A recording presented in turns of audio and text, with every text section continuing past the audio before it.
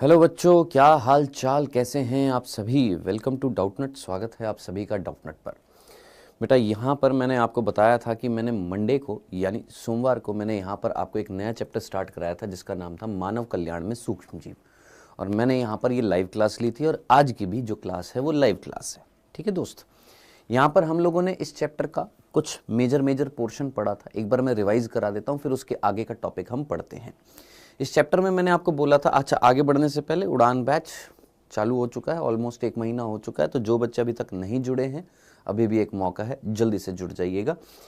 Microbes and human welfare, मानव कल्याण में सूक्ष्मजीव, 2 से 3 क्वेश्चन आते हैं। छोटा सा चैप्टर है। सूक्ष्मजीव क्या होते हैं उसके बारे में मैंने आपको बताया था। ये 7 कैरेक्टरिस्टिक फीचर जो थे ये सूक्ष्मजीवों के, ये हम लोगों ने देखे थे। इसके बाद में हम लोगों ने बात करी थी सूक्ष्मजीवों के उपयोग की। तो सबसे पहले हमने सूक्ष्मजीवों का उपयोग देखा था घरेलू उत्पाद में। हमने दही, ब्रेड, इडली, डोसा, टॉडी, चीज, इन सभी चीजों का निर्माण किया था घरेलू उत्पाद के स्तर पर। ठीक है, इसके बाद हम लोग आए थे किस पर, औद्योगिक उत्पादों में। उद्योगों में जो उत्पाद बनाए जाते हैं वो हमने बात करी थी। तो हमने सबसे पहले अल्कोहल हमने पढ़ लिया था, है ना। अल्कोहल हमने पढ़ लिया था। उसके बाद अब ये जो रिमेनिंग जो है ये हमें पढ़ने हैं। तो एक बार मैं दिखा देता हूं कि हम लोगों ने सबसे पहले किण्वक की बात कर ली थी, वो बड़े बड़े बर्तन जिसके अंदर किण्वन होएगा, जहां पर औद्योगिक स्तर पर उत्पाद बनाए जाएंगे। सबसे पहले हम लोगों ने बात करी थी अल्कोहल की। ये अल्कोहल के बारे में बहुत सारी चीजें मैंने आपको बता दी थी। अल्कोहल बनाने की विधि किस प्रक्रिया से बनती है, किण्वन प्रक्रिया से बनती है, बिना आसवन के भी बनती है और आसवन के द्वारा भी बनती है। आसवन क्या होता है, डिस्टिलेशन होता है, जिसमें हम अल्कोहल की परसेंटेज को बढ़ाते हैं। तो यहाँ पर बिना आसवन के हमने यहाँ पर 2 मादक पेय पदार्थ बनाए थे और आसवन के द्वारा हमने यहाँ पर ये 5 मादक पेय पदार्थ बनाए थे। ये हम लोगों ने पढ़ लिया था यहाँ तक की बात। आई होप यहां तक का लेक्चर आप लोगों ने देख लिया होगा मंडे को। अब इसके आगे का जो टॉपिक हम पढ़ने वाले हैं वो है क्या, कि हम औद्योगिक स्तर पर सबसे पहले हमने अल्कोहल का तो निर्माण कर दिया था। क्या हमने औद्योगिक स्तर पर किसका निर्माण कर दिया सर? औद्योगिक स्तर पर हमने अल्कोहल का निर्माण कर दिया है। अब हमें एंटीबायोटिक्स पढ़नी है, ऑर्गेनिक एसिड यानी कार्बनिक अम्ल पढ़ने हैं और एंजाइम्स पढ़ने हैं। तो अब सेकंड जो हम पढ़ने वाले हैं वो क्या पढ़ने वाले हैं? एंटीबायोटिक्स के बारे में पढ़ने वाले हैं। हाँ जी, क्या आपको मेरी आवाज आ रही है? मैं दिखाई दे रहा हूं? हाँ जी, हाँ दोस्त, क्या पढ़ने वाले हैं हम? यहां पर बात करने वाले हैं एंटीबायोटिक्स के बारे में।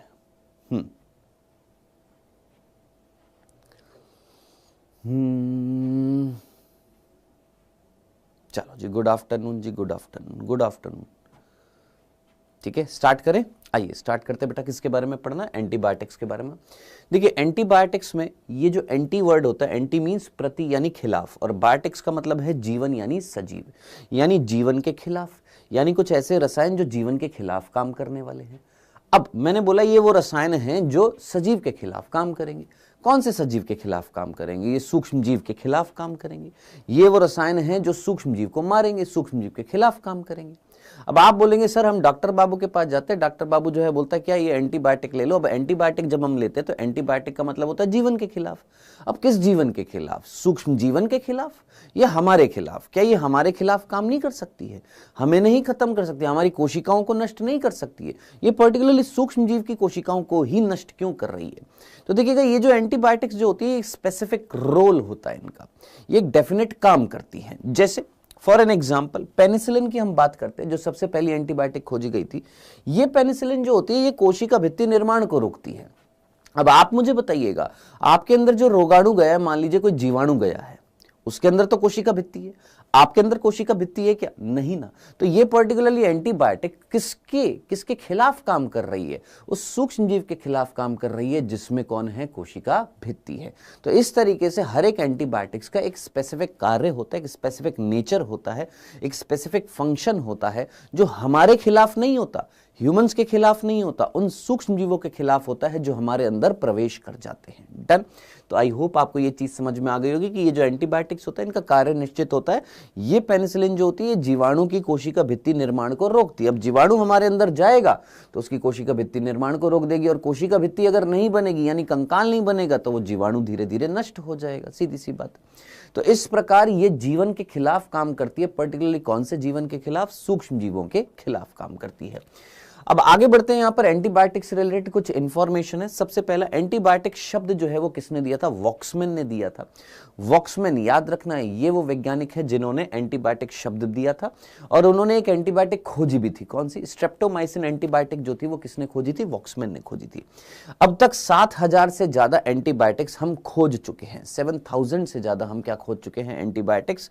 अलग अलग किससे? सूक्ष्म जीवों से। किससे? मेनली आपके कवक से और जीवाणु से। ज्यादातर ये किससे खोजी गई हैं? कवक से खोजी गई हैं। उसके अलावा जीवाणुओं से भी प्राप्त होती हैं। ठीक है जी। तो ये सूक्ष्म जीवों से मिलती है। मुख्य रूप से किससे मिलती है? मेनली किससे मिलती है? कवक से मिलती है। सिंपल से 3 बिंदु थे। वॉक्समैन ने शब्द दिया एंटीबायोटिक्स, स्ट्रेप्टोमाइसिन एंटीबायोटिक भी इन्होंने खोजी। 7000 से ज्यादा एंटीबायोटिक खोजी जा चुकी हैं। मेनली किससे खोजी जाती हैं? ये कवक से मिलती हैं। आगे बढ़ते हैं, एंटीबायोटिक की खोज किसने करी थी? तो बेटा एंटीबायोटिक की खोज आप बहुत अच्छे तरीके से जानते हैं, अलेक्जेंडर फ्लेमिंग ने करी थी। सबसे पहली एंटीबायोटिक इन्होंने जो खोजी थी वो कौन सी थी? पेनिसिलिन थी। कब? द्वितीय विश्व युद्ध के दौरान खोजी थी। ठीक है, ये बेसिकली काम किस पर कर रहे थे? ये एक जीवाणु पर काम कर रहे थे जिसका नाम है स्ट्रेप्टोकोकस ओरियस। क्या नाम है? Sorry, staphylococcus Orius. में बार बार स्ट्रेप्टोकोकस याद आ जाता है। स्टेफिलोकोकस ओरियस जीवाणु पर ये काम कर रहे थे। कौन? आपकी ये अलेक्जेंडर फ्लेमिंग जो है, ये स्टेफिलोकोकस ओरियस पर, बैक्टीरिया पर काम कर रहे थे। ठीक है, अब पेट्री डिश जो होती है, कांच की प्लेट जो होती है, उस पर पोषक माध्यम था जिसपे स्टेफिलोकोकस ओरियस जीवाणु जो है वो वृद्धि कर रहा था। अब ये कुछ समय के बाद अपनी लैब में आए, और लैब में आने के बाद जब इन्होंने सारी पेट्री डिश को धो दिया, तो गलती से कुछ पेट्री डिश को ये धोना भूल गए थे। कुछ समय बाद इन्होंने देखा कि जिन पेट्री डिश को इन्होंने नहीं धोया, जिन पर स्टेफिलोकोकस ओरियस बैक्टीरिया था, अब वो स्टेफिलोकोकस ओरियस बैक्टीरिया जो है धीरे धीरे वृद्धि नहीं कर पा रहा।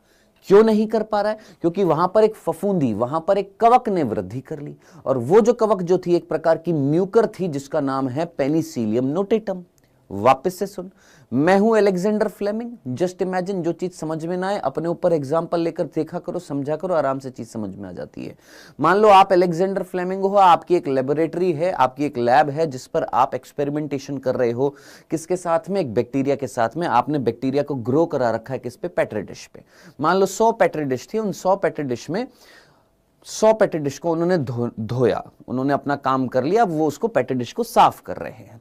गलती से वो कुछ पेट्री डिश को साफ करना भूल गए। अब जब वो गलती से साफ करना भूल गई या कोने में पड़ी थी, तो कुछ दिनों बाद उन्होंने देखा कि अरे मैंने इन पेट्री डिश को तो धोया नहीं है, चलो इनका एग्जामिन करता हूं, इनको देखता हूं। जब उन्होंने एग्जामिन किया, उन्होंने देखा एक चीज, क्या? कि वो पेट्री डिश जिनको उन्होंने नहीं धोया, जिस पर स्टेफिलोकोकस ओरियस बैक्टीरिया था, उसकी जनसंख्या कम हो गई। धीरे धीरे वो धीरे धीरे खत्म होते जा रहे थे। अब क्यों खत्म होते जा रहे थे? उन्होंने देखा उस पेट्री डिश पर एक फफूंदी, एक कवक, एक फंजाई वृद्धि करने लग गई, जो एक प्रकार की म्यूकर फंजाई थी जिसका नाम था पेनिसिलियम नोटेटम। उन्होंने देखा इस पेनिसिलियम नोटेटम से केमिकल रिलीज हो रहा है, और वो केमिकल जीवाणु की वृद्धि को रोक रहा है। उस केमिकल का नाम इन्होंने दिया था क्या? पेनिसिलिन। तो पेनिसिलिन नाम भी दिया, पेनिसिलिन की खोज भी करी थी, लेकिन इस पेनिसिलिन को बड़े स्तर पर, इसकी उपयोगिता को बड़े स्तर पर, इसके प्रभावशाली रूप को बड़े स्तर पर, है ना, वो नहीं बता पाए थे, या मैं बोलूंगा उन्होंने इस चीज को इस्तेमाल नहीं किया था कि इस पेनिसिलिन का उपयोग रोग निवारण में, या घाव ना हो, इन्फेक्शन ना हो, उसके लिए इन्होंने यूज में नहीं लिया। तो एक प्रभावशाली रूप तैयार किया था किसका? पेनिसिलिन का, इन दोनों वैज्ञानिकों ने। और ये दोनों वैज्ञानिक जो हैं, एक का नाम है चैन और एक का नाम है फ्लोरे। तो याद रखना, अर्नस्ट चैन और हार्वर्ड फ्लोरे, इन्होंने उस पेनिसिलिन का एक शक्तिशाली रूप तैयार किया था। और जो अमेरिकन सोल्जर्स जो थे, कौन? अमेरिकी सैनिक जो थे, जो द्वितीय विश्व युद्ध के दौरान संक्रामित हो रहे थे, जिनको घाव हो रहे थे, उनको पेनिसिलिन की डोज दी गई थी ताकि उनके अंदर इन्फेक्शन ना हो। इस चीज के लिए याद रखना, वर्ष याद रखना, 1945 में, 1945 में इन तीनों वैज्ञानिक को, कौन कौन? एक तो अलेक्जेंडर फ्लेमिंग, एक अर्नस्ट चैन और एक हार्वर्ड फ्लोरे, इन तीनों वैज्ञानिकों को 1945 में क्या मिला था? नोबेल पुरस्कार मिला था। नोबेल पुरस्कार से सम्मानित किया गया था। प्रथम एंटीबायोटिक इन्होंने खोजी थी, याद रखिएगा, लेकिन उसका शक्तिशाली रूप तैयार करके रोग निवारण करने के लिए इन्होंने उसका शक्तिशाली रूप तैयार किया था, जिसके लिए इन तीनों को क्या मिला था? नोबेल प्राइज मिला था। तो ये थी एंटीबायोटिक की इतनी सी बात। आई होप यहां तक की बात समझ में आ गई होगी। ये था हमारा दूसरा उत्पाद औद्योगिक स्तर पर, कौन? एंटीबायोटिक। अब तीसरे उत्पाद की बात करते हैं, और तीसरा जो उत्पाद है वो है हमारे कार्बनिक अम्ल। अब बेटा यहां पर कार्बनिक अम्ल आपको सीधा सीधा चार याद करने, हमारी एनसीईआरटी में ये 4 कार्बनिक अम्ल दिए हुए हैं, acetic acid, citric acid, butyric acid और लैक्टिक एसिड। इसके अलावा एक और याद कर सकते हैं बेटा जी, वो भी मैं आपको बता देता हूं, ठीक है जी। तो कुल मिलाकर 4 तो ये याद करना, और सीधी सी बात है, हर साल क्वेश्चन यहां से पूछा जाता है, या तो मैच द कॉलम पूछ लिया जाता है या डायरेक्टली पूछ लिया जाता है सिट्रिक एसिड किससे बनाया जाता है, या इस जीवाणु या इस कवक से क्या बनाया जाता है, कौन सा उत्पाद औद्योगिक स्तर पर बनाया जाता है। तो इस तरीके से क्वेश्चन पूछे जाते हैं। तो देखिएगा यहां पर याद करने की बहुत सीधी सी ट्रिक है, या मैं बोलूंगा यहां पर ये हमारे 4 उत्पाद थे, उसके अलावा याद करने की कार्बनिक अम्ल को याद करने की बहुत सीधी सी ट्रिक है। आपके 5 कार्बनिक अम्ल याद कर लीजिए। आपने बचपन में ABCD सीखी थी, हाँ सर, तो ABC जब सीख ली आपने, सीखने के बाद आप बड़े हो गए, और बड़े होकर आपने घर पर एक टीवी खरीद लिया, कौन सा, LG का। तो ABC सीखी, फिर उसके बाद आप बड़े हो गए, बड़े होकर आपने कंपनी खोल ली, किसकी, LG की। LG के कंप्यूटर या LG के टीवी आते हैं, LG के रेफ्रिजरेटर आते हैं ना, तो उससे याद रखना ABC LG। अब A कौन है, एसिटिक एसिड, B कौन है, ब्यूटारिक एसिड, C कौन है, सिट्रिक एसिड, L कौन है, लैक्टिक एसिड, और G कौन है, ग्लूकोनिक एसिड। ये हमारे 5 कौन है, कार्बनिक अम्ल हैं। अब इनमें से कौन कौन से किस सूक्ष्म जीव से मिल रहे हैं वो जरूरी है याद रखना। अब सबसे पहला देखो, जो याद हो जाएंगे उनको हम फटाफट याद कर लेते हैं। देख, लैक्टिक एसिड तू जानता है बहुत अच्छे तरीके से, तुमने दही बनाई थी और लैक्टिक एसिड उस टाइम प्रोड्यूस हुआ था, लैक्टोज को तोड़कर लैक्टिक एसिड बना था, और किसने बनाया था, लैक्टिक एसिड बैक्टीरिया ना, जिसका नाम था लैक्टोबैसिलस एसिडोफाइलस बैक्टीरिया। तो ये तो आराम से याद हो जाएगा। तो ये जो ब्लू हाईलाइट है, ये ब्लू रंग से जो हाईलाइट है, ये आराम से याद हो जाता है। याद कौन से नहीं होते हैं, ये जो पिंक कलर से जो गोल गोल मार्क कर रखे हैं, ये याद नहीं होते। तो इनको अभी हम देखेंगे, पहले ब्लू वाले देख लेते हैं कि ये हमें आराम से याद हो जाएंगे। लैक्टिक एसिड किससे मिलता है, लैक्टिक एसिड बैक्टीरिया। इधर देखते हैं ब्यूटारिक एसिड, इनके कार्य क्या होता है वो भी अभी देखेंगे, लेकिन पहले हम ये देख रहे हैं कि ये कार्बनिक अम्ल है। याद करने की ट्रिक, ABC ने LG खरीद लिया, ABC पढ़ी, फिर उसके बाद अमीर बन गए और LG की कंपनी खोल ली, है ना। ये तो ट्रिक हो गई। ये तो हो गए हमारे कार्बनिक अम्ल। अब किससे मिल रहे हैं वो याद करना था। तो लैक्टिक एसिड बहुत इजीली याद हो जाएगा, किससे मिलता है, लैक्टिक एसिड बैक्टीरिया से। फिर उसके बाद है ब्यूटारिक एसिड। नाम में ब्यूटारी वर्ड आ रहा है, हाँ सर। अब ब्यूटारी वर्ड उस सूक्ष्मजीव के नाम में भी है, क्लोस्ट्रीडियम ब्यूटाइलिकम। क्लोस्ट्रीडियम ब्यूटाइलिकम से क्या मिल रहा है, ब्यूटारिक एसिड, आराम से याद हो जाएगा। उसी प्रकार एसिटिक एसिड किससे मिल रहा है, इसके सूक्ष्मजीव के नाम में ही 2 बार एसिटी आ रहा है।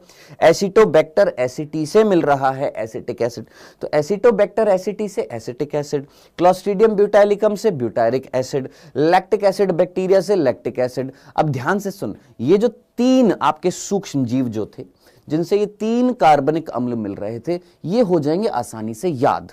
और इसके साथ साथ एक और चीज याद कर लेना, जो चीज आसानी से याद हो रही है ना तेरे को, वो है बैक्टीरिया। ये भी बैक्टीरिया, ये भी बैक्टीरिया, ये भी बैक्टीरिया जनाब, ये भी बैक्टीरिया, ये भी बैक्टीरिया, ये भी बैक्टीरिया। यानी जो चीज तेरे को आसानी से याद हो जाएगी वो है बैक्टीरिया। जो याद नहीं होंगी वो कौन है, कवक है। ऐसे भी याद रख लेना कि जो तेरे को चीज याद हो जाएगी वो कौन है, bacteria. Lactic acid bacteria, lactic acid. Clostridium butylicum, ये भी बैक्टीरिया, जिससे ब्यूटारिक एसिड। एसिटोबैक्टर एसिटी, ये भी बैक्टीरिया, जिससे क्या मिल रहा है, एसिटिक एसिड। इसी एसिटिक एसिड को हम विनेगर यानी सिरका, यही एसिटिक एसिड यूज में आता है क्या बनाने के लिए, विनेगर, जिसको हम बोलते हैं सिरका।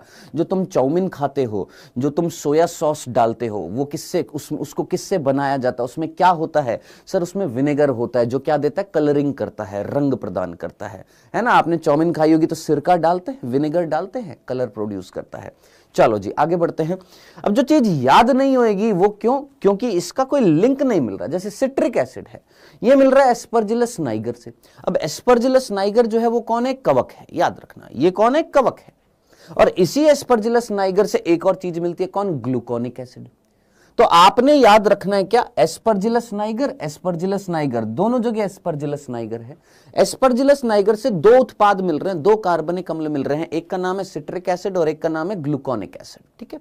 तो ये आपने जो चीज याद नहीं होएगी उसको जरूर याद करने की कोशिश करिएगा कि एक कवक जो याद नहीं रहती है, एस्परजिलस नाइगर, जिससे दो उत्पाद मिलते हैं, दो कार्बनिक अम्ल मिलते हैं, एक का नाम है सिट्रिक एसिड और एक का नाम है ग्लूकोनिक एसिड। तो ये आपने याद करना है बिंदास आपने, ठीक है जी। तो सीजी ये याद नहीं रहते हैं मेरे भाई, इन सीजी को अच्छे से याद रखना, ये मैक्सिमम बच्चे भूल जाते हैं। सिट्रिक एसिड, ग्लूकोनिक एसिड दोनों के दोनों मिलते हैं किससे मेरे भाई, एस्परजिलस नाइगर से मिलते हैं। अब बात करते हैं सर ये जो आपने कार्बनिक अम्ल बताए हैं इनका कार्य क्या है, आइएगा इनका कार्य देख लेते हैं। कार्बनिक अम्ल जो है उनका उपयोग देख लेते हैं। सबसे पहला कौन था भैया, हमारा एसिटिक एसिड। इसी एसिटिक एसिड का उपयोग किया जाता है किस चीज में, क्या बनाने के लिए, सिरका बनाने के लिए, विनेगर बनाने के लिए, जो हेल्प करता है कलरिंग में, खाद्य पदार्थों को कलर देने में हेल्प करता है। दूसरा है ब्यूटारिक एसिड। ब्यूटारिक एसिड का इस्तेमाल करते हैं हम बटर का निर्माण करने के लिए, मक्खन का निर्माण करने के लिए। सिट्रिक एसिड जो होता है, याद रखना, ये सिट्रिक एसिड जो होता है इसको हम यूज में लेते हैं, जैसे आप लोगों ने देखा होगा कपड़ों को डाई करा लो, कपड़े होते हैं काले आपका कुछ अलग रंग का कपड़ा था, उसकी डाई करा लो, उसके ऊपर कलर चढ़वा लो, तो डाई में इस्तेमाल किया जाता है, पेंट्स में इस्तेमाल किया जाता है, नेल पॉलिश में इस्तेमाल किया जाता है, फ्लेवरिंग में इस्तेमाल किया जाता है, प्रिजर्वेटिव्स में। प्रिजर्वेटिव्स का मतलब जहां पर हम किसी चीज को संरक्षित रखते हैं, जैसे आपके केन्ड फूड मटेरियल्स आते हैं, केन के अंदर बंद होते हैं। आप लोगों ने देखा होगा कि ये जो बाजार में जो फूड मटेरियल मिलते हैं केन के अंदर मिलते हैं कि इसकी ये मैन्युफैक्चरिंग डेट है और ये इसकी एक्सपायरी डेट है, यानी इस टाइम के बाद में ये एक्सपायर हो जाएगा, यानी इतने लंबे समय तक या इतने समय तक वो कैसे सुरक्षित है। तो हम उसके अंदर क्या डालते हैं, प्रिजर्वेटिव्स डालते हैं, जो क्या काम करते हैं, उसको संक्रामित होने से बचाते हैं, उसके इन्फेक्शन को एक तरीके से क्या करते हैं, रोकते हैं कि कोई सूक्ष्म जीव इन्फेक्ट ना कर दे। तो उसके लिए हम क्या मिलाते हैं, प्रिजर्वेटिव्स मिलाते हैं, और ये सिट्रिक एसिड यूज में लिया जाता है एज ए प्रिजर्वेटिव्स। तो डाई के रूप में, फ्लेवर के रूप में, साथ साथ पेंट, नेल पॉलिश, फ्लेवरिंग और प्रिजर्वेटिव्स के रूप में यूज में लिया जाता है कौन, सिट्रिक एसिड। लैक्टिक एसिड मुझे बताने की जरूरत नहीं है, दही के निर्माण के लिए, उद्योगों में दही के निर्माण के लिए क्या लैक्टिक एसिड यूज में लिया जाता है। लास्ट ग्लूकोनिक एसिड, ये हमारी एनसीईआरटी में नहीं लिखा हुआ है, याद रख सकता है तो रख लेना। आप लोग अच्छे तरीके से जानते हैं, बाजार में कई ऐसी दवाई होती हैं जो बोलते हैं क्या, कैल्शियम के स्रोत हैं।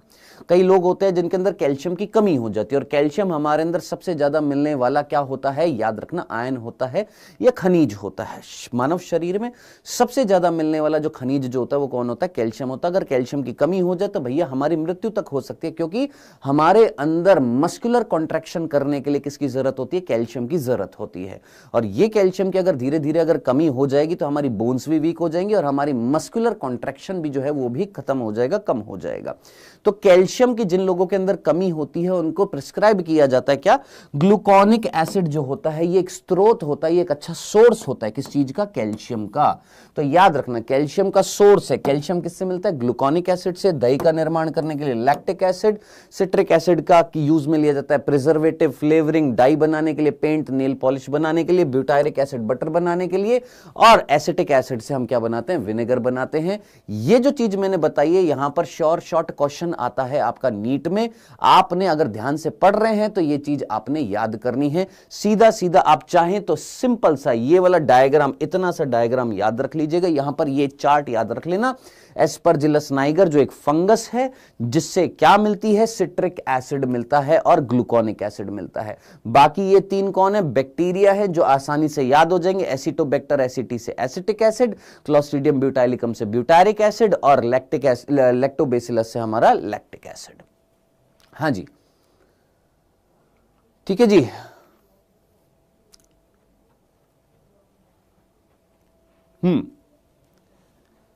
बाय सिसो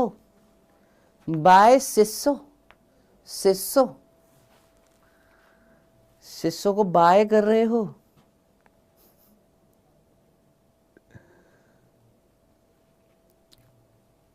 सही है बेटा।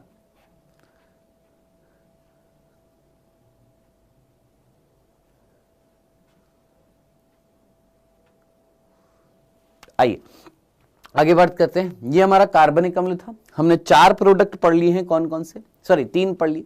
सबसे पहले अल्कोहल जो हम लोगों ने पिछले लेक्चर में देखा था, आज हमने देखी एंटीबायोटिक, फिर उसके बाद देखा कार्बनिक अम्ल। अब तीसरा बचा है कौन सा, हमारा एंजाइम्स। आइए बात करते हैं किसकी बेटा, अगला जो है वो कौन है, हमारे एंजाइम्स है। अब एंजाइम्स आपने सीधे सीधे जो आपकी एनसीईआरटी में दिए हुए हैं वो याद रखने, कौन से, ये 3। कौन कौन से? एक है लाइपेजेस, एक है पैक्टिनेजेस, प्रोटीएजेस और एक है स्ट्रेप्टोकाइनेजेस। ये 3 एंजाइम है। ये सीधा सीधा ये स्लाइड देखकर दिमाग में फिट कर, 3 एंजाइम सीधे सीधे याद रखने जहां से क्वेश्चन बनेंगे। सबसे पहले लाइपेजेस, फिर उसके बाद पैक्टिनेजेस, प्रोटीएजेस एक साथ में, और फिर उसके बाद में स्ट्रेप्टोकाइनेजेस। सबसे पहले बात करते हैं किसकी? लाइपेजेस की। आपको नाम से पता लग रहा है कि ये वो एंजाइम है जो तोड़ेंगे। एजेज एजेज एजेज, है ना। जैवाणु जब चैप्टर आप लोगों ने पढ़ा होगा बायोमोलिक्यूल्स, तो वहां पर आपने एंजाइमों का क्लासिफिकेशन किया होगा, है ना, जिसमें age age age age age age वाले जितने भी थे वो क्या कर रहे थे? अपघटन करते हैं, तोड़ते हैं। तो लाइपेजेस लिपिड को तोड़ेंगे, प्रोटीएजेस प्रोटीन को तोड़ेंगे, पैक्टिनेजेस पैक्टिन को तोड़ेंगे। पैक्टिन किस में मिलता है? सेल वॉल में मिलता है। स्ट्रेप्टोकाइनेजेस क्या करता है ये अभी हम आपको बताएंगे। तो सबसे पहले हम बात करते हैं लाइपेजेस की। भैया हम गए खाना खाने, पड़ोसी के घर पर शादी थी, बहुत टेस्टी खाना बना हुआ था, पनीर की सब्जी बहुत टेस्टी थी। सुबह से भूखे थे, खाते जा रहे थे, इतना ज्यादा भूखे थे कि कुछ ना कुछ पनीर की जो सब्जी जो थी वो कपड़ों पर गिर गई। अब वो जो पनीर की जो सब्जी जो थी, वो पनीर की जो तरी जो थी, या वो जो पनीर की ग्रेवी जो थी, वो जब बनाई गई थी तो किसमें बनाई गई थी भैया? तेल में बनाई गई थी। तेल में क्या है? तेल is a kind of lipid. अब आपके कपड़ों पर क्या गिर गया? सर लिपिड गिर गया। वो जो लिपिड गिरने से वो जो दाग धब्बा जो हो गया, अब उसको कैसे मिटाएंगे?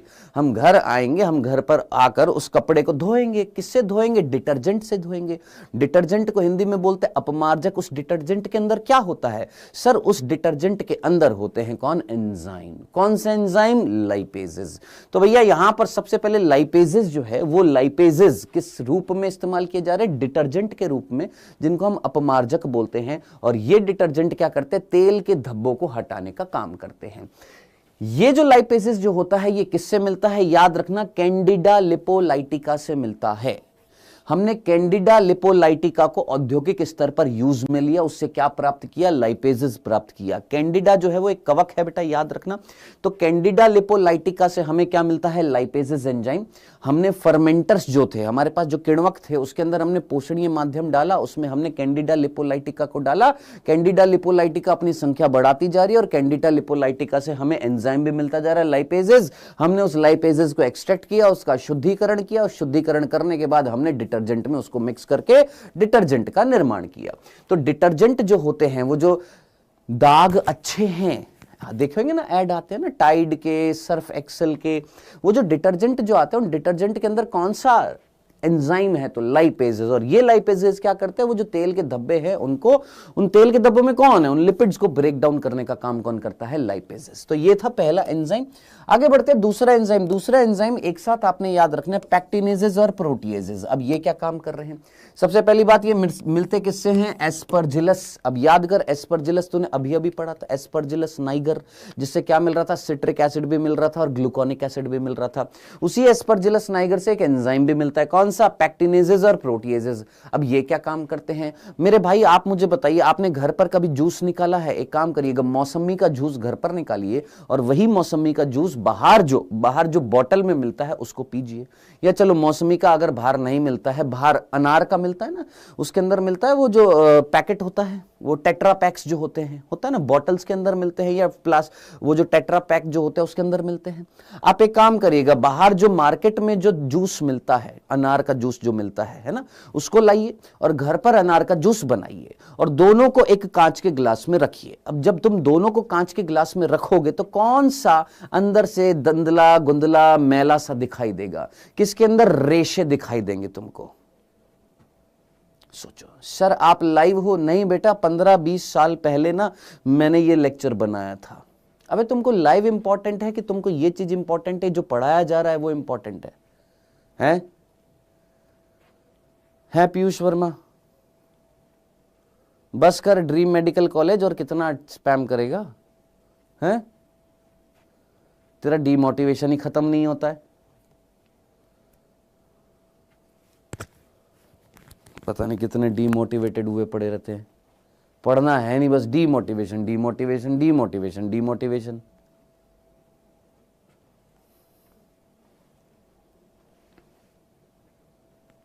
फॉर्म कब डालेंगे सर?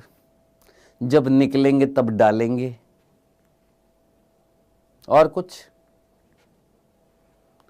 हम यहां पर आपसे पूछ रहे हैं जो आपने घर पर जूस बनाया और जो बाहर जो जूस जो आपको मिलता है उनमें से कौन सा साफ होता है और किसके अंदर रेशे होते हैं। ट्राई करके देखिएगा, जो घर पर आप जूस बनाते हैं उसमें रेशे होते हैं, फाइबर्स होते हैं, जबकि जो बाहर का जो जूस होता है बिल्कुल साफ होता है, उसमें कोई रेशे नहीं होते, दिखने में अच्छा लगता है, तभी तो मार्केट में बिकेगा ना। तो घर वाला सोच, अगर हम जो घर वाला जो जूस जो होता है अगर उसको मार्केट में बेचने जाएं तो वो नहीं बिकेगा। क्यों नहीं बिकेगा? क्योंकि वो अंदर से थोड़ा सा अजीब सा दिखता है, उसके अंदर रेशे होते हैं, फाइबर्स होते हैं। और वो रेशे क्या हैं सर? वो सेल वॉल के रेशे हैं, वो कोशिका भित्ति के रेशे हैं, जिसमें पैक्टिन है, जिसमें प्रोटीन्स हैं। डन? क्लियर है? इतनी सी बात समझ में आ गई। तो जो इंडस्ट्री में जो जूस बनाए जाएंगे उसमें उन जूसेस में क्या डाला जाएगा?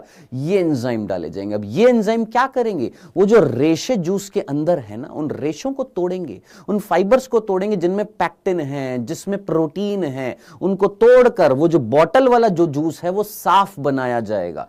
तो बॉटल्ड जूस जो होते हैं वो साफ किस लिए होते हैं? क्योंकि उनके अंदर एंजाइम मिला होता है। कौन सा? पैक्टिनेजेस और प्रोटीएजेस, जो क्या करते हैं बेटा जी, याद रखना, जो बॉटल जूसेस होते हैं उनको साफ बनाए रखते हैं। आगे बढ़ते हैं, तीसरा एंजाइम, और इससे बेहद ही नाजायज रूप से क्वेश्चन पूछे गए हैं। कौन से? स्ट्रेप्टोकाइनेज। स्ट्रेप्टोकाइनेज देखो, ये भी याद रखना कि कौन सा एंजाइम किस सूक्ष्म जीव से मिल रहा है। पैक्टिनेजेस, प्रोटीएजेस किससे मिल रहे हैं? एस्परजिलस से मिल रहे हैं। लाइपेजेस, कैंडिडा लिपोलाइटिका से मिल रहा है। स्ट्रेप्टोकाइनेजेस किससे मिलते हैं? स्ट्रेप्टोकोकस से मिलते हैं। अब ये स्ट्रेप्टोकाइनेजेस क्या करते हैं बेटा जी, याद रखना, इसको हम यूज में लेते हैं जेनेटिक इंजीनियरिंग के अंदर, आनुवांशिक प्रौद्योगिकी के अंदर इसको हम यूज में, ये जो स्ट्रेप्टोकाइनेजेस जो होता है इसको हम यूज में लेते हैं as a clot buster. Clot buster का मतलब क्या होता है? आप बहुत अच्छे तरीके से जानते हैं, कहीं ना कहीं रक्त के अंदर थक्के जम जाते हैं, अंदरूनी रक्त के अंदर इंटरनल ब्लड की क्लॉटिंग होती है। ब्लड की इंटरनल अगर क्लॉटिंग हो जाए, वो ब्लड जो हमारे हृदय के पास जाने वाला था, हमारे अंदर आर्टरीज होती हैं, कोरोनरी आर्टरी होती है, कोरोनरी धमनी होती है जो हमारे हृदय के पास शुद्ध रक्त लेकर जाती है। अगर आपको पता है तो सोच, उस धमनी के अंदर अगर रक्त का थक्का जम गया, ब्लड की क्लॉटिंग हो गई, तो वो शुद्ध रक्त हमारी या ऑक्सीजनेटेड ब्लड हमारी हार्ट की सेल्स के पास नहीं जा पाएगा, और हार्ट की सेल्स के पास नहीं जा पाएगा, सोच, तो हमारे हृदय को आघात पहुंचेगा। हमारे हृदय को अगर आघात पहुंचेगा तो हम क्या बोलेंगे? हार्ट अटैक आ गया, जिसको हम क्या बोलेंगे? Myocardial infarction. अब ये जो हृदय आघात जो होएगा, हमारा हार्ट जो होएगा, अगर उसके पास में जो नलिकाएं हैं, अगर उनके अंदर रक्त का थक्का बन जाए तो क्या हो सकता है सर? हार्ट अटैक आ सकता है।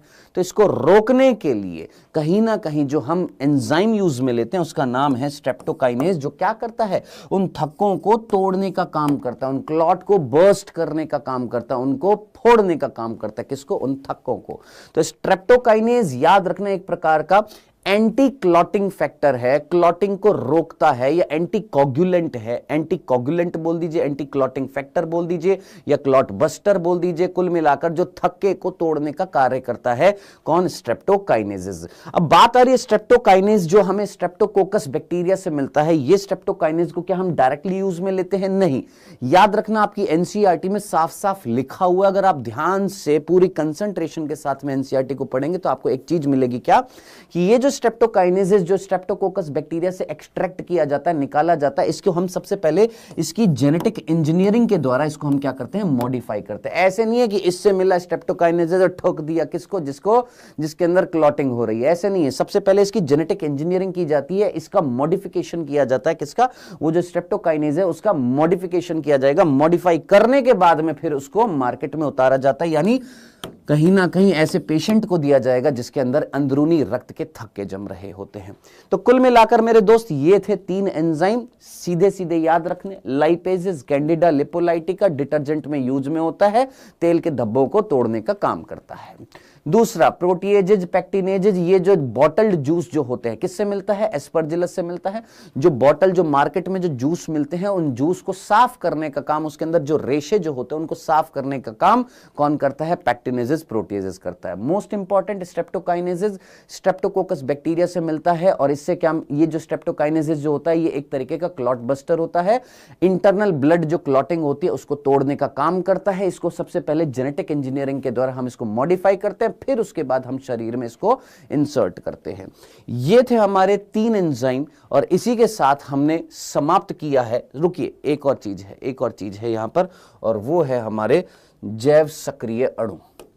यहां पर आप पांचवा बिंदु ये भी लिख सकते हैं, जैव सक्रिय अणु।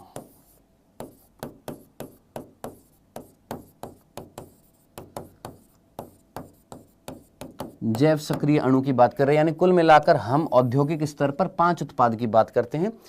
अल्कोहल देख लिया, एंटीबायोटिक्स देख लिया, कार्बनिक अम्ल देखिए, एंजाइम देख लिया। अब बात करते हैं जैव सक्रिय अणु। देखिए जैव सक्रिय अणु मात्र 2 याद करने, और बहुत सीरियस लेवल पर यहां से दोनों से क्वेश्चन सीधे सीधे पूछे जाते हैं। 2 अणु, 2 केमिकल, जैव सक्रिय अणु, ये आपने सीधे सीधे याद करने हैं। कौन से? जैव सक्रिय अणु 2 याद करने सीधे सीधे। कौन? एक है साइक्लोस्पोरिन ए और एक है स्टैटिन। खत्म, 2 याद रखने हैं, साइक्लोस्पोरिन ए और कौन सा याद रखना है? स्टैटिन याद रखना है। अब ये साइक्लोस्पोरिन ए कहां से मिलता है और इसका कार्य क्या है, ये स्टैटिन कहां से मिलता है और इसका कार्य क्या है, खत्म, बस इतना सा याद रखना है। देखिए साइक्लोस्पोरिन ए एक कवक से मिलता है जिसका नाम है ट्राइकोडर्मा पॉलीस्पोरम, याद रखना, ये कवक है, भूल ना जाइएगा। और स्टैटिन जो होता है ये भी किससे मिलता है? एक कवक से जिसका नाम है मोनस्कस परप्यूरिस, ये एक प्रकार की यीस्ट है। आप बोलेंगे सर यीस्ट तो सैक्रोमाइसिस सेरेविसी थी। बेटा देखो यीस्ट का मतलब क्या था? यीस्ट एक एकल कोशिकीय कवक के समूह का नाम है। अब उसके अंतर्गत आपके सैक्रोमाइसिस सेरेविसी भी आती है, सैक्रोमाइसिस एलिप्सॉइडेंस भी आती है, मोनस्कस परप्यूरियस भी आते हैं। तो अलग अलग प्रकार की क्या होती हैं? यीस्ट होती हैं, जिसमें से एक यीस्ट कौन सी? याद कर, सैक्रोमाइसिस सेरेविसी से हमने ब्रेड भी बनाई थी, हमने अल्कोहल्स भी बनाई थी, जिसमें से पर्टिकुलरली वाइन जो हमने बनाई थी वो सैक्रोमाइसिस एलिप्सॉइडेंस से बनाई थी, याद आ रहा है, वो भी यीस्ट थी। इधर जो यहां पर यीस्ट है उसका नाम है मोनस्कस परप्यूरियस, और ये मोनस्कस परप्यूरियस जो ये यीस्ट जो है इससे हमें प्राप्त होती है स्टैटिन। तो पहली चीज, ये दोनों जैव सक्रिय अणु हमें प्राप्त होते हैं किससे? कवक से। एक कवक मोनस्कस परप्यूरियस और एक कवक है ट्राइकोडर्मा पॉलीस्पोरम। अब बात आ रही है इनसे हमें जो ये उत्पाद मिल रहा है हम इसका करेंगे क्या? तो आप बहुत अच्छे तरीके से जानते हैं, अगर आपने चैप्टर पढ़ा है ह्यूमन हेल्थ एंड डिजीज, मानव स्वास्थ्य और रोग, जहां पर भी पढ़ा है, जैसे भी पढ़ा है, किधर भी पढ़ा है, अगर आपने वो चैप्टर पढ़ा हुआ है तो ठीक है, नहीं पढ़ा हुआ तो उसके बाद मैं आपको वही चैप्टर पढ़ा दूंगा। कौन सा? मानव स्वास्थ्य और रोग वाला, ह्यूमन हेल्थ एंड डिजीज वाला। उस चैप्टर में जब आप पढ़ते हैं तो आप 2 प्रकार की प्रतिरक्षा अनुक्रिया पढ़ते हैं। एक का नाम होता है CMIS और एक का नाम होता है AMIS। एक को हम बोलते हैं एंटीबॉडी मीडिएटेड इम्यून सिस्टम और एक को हम बोलते हैं सेल मीडिएटेड इम्यून सिस्टम। एक होता है प्रतिरक्षी, एक होती है प्रतिरक्षी अनुक्रिया होती है, या उसको हम बोलते हैं प्रतिरक्षी मध्यस्थ प्रतिरक्षा अनुक्रिया बोलते हैं, AMIS को, एंटीबॉडी मीडिएटेड इम्यून सिस्टम, प्रतिरक्षी मध्यस्थ प्रतिरक्षा अनुक्रिया। और एक होती है CMIS, cell mediated immune system, कोशिका मध्यस्थ प्रतिरक्षा तंत्र या कोशिका मध्यस्थ प्रतिरक्षा अनुक्रिया। अब बात हो रही है क्या होती है AMIS और CMIS। देखिए हमारे शरीर में 2 चीजें हैं। क्या?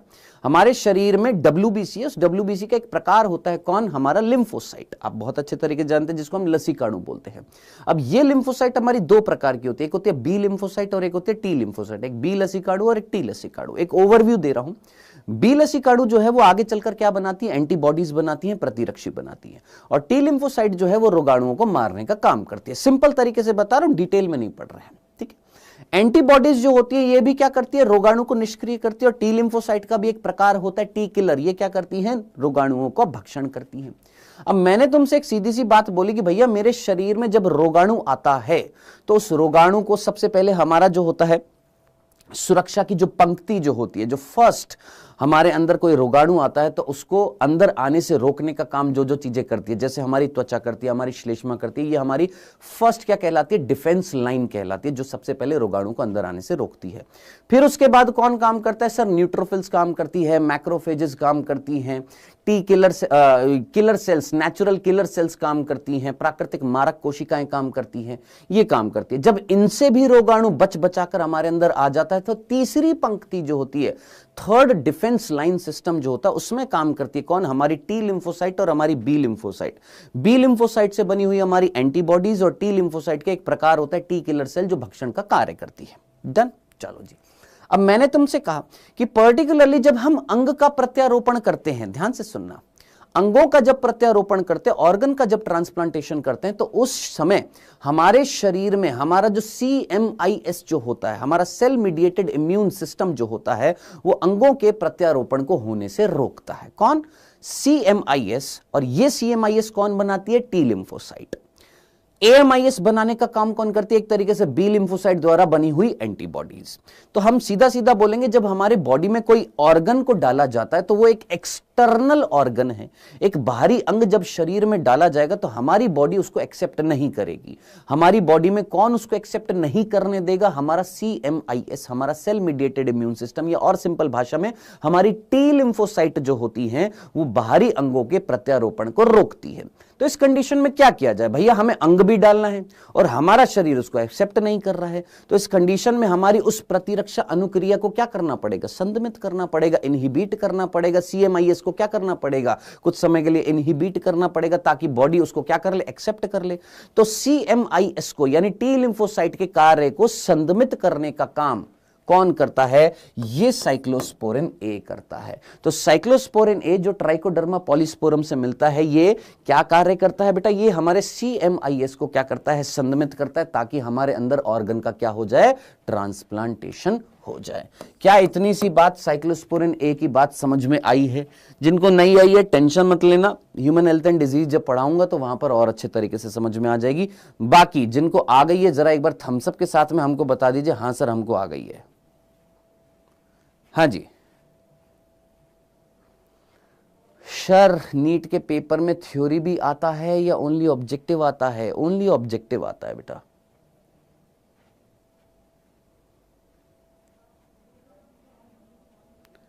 बेटा बिल्कुल दिलीप साहनी बिल्कुल अप्लाई कर सकते हैं। देखते हैं BTS आर्मी वो भी कराएंगे।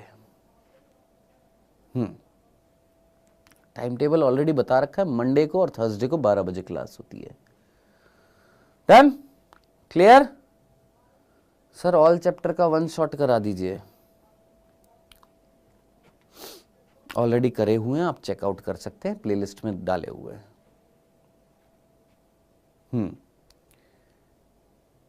सर इस बार नीट में नेगेटिव मार्किंग है? बेटा हर बार होती है, इस बार भी है।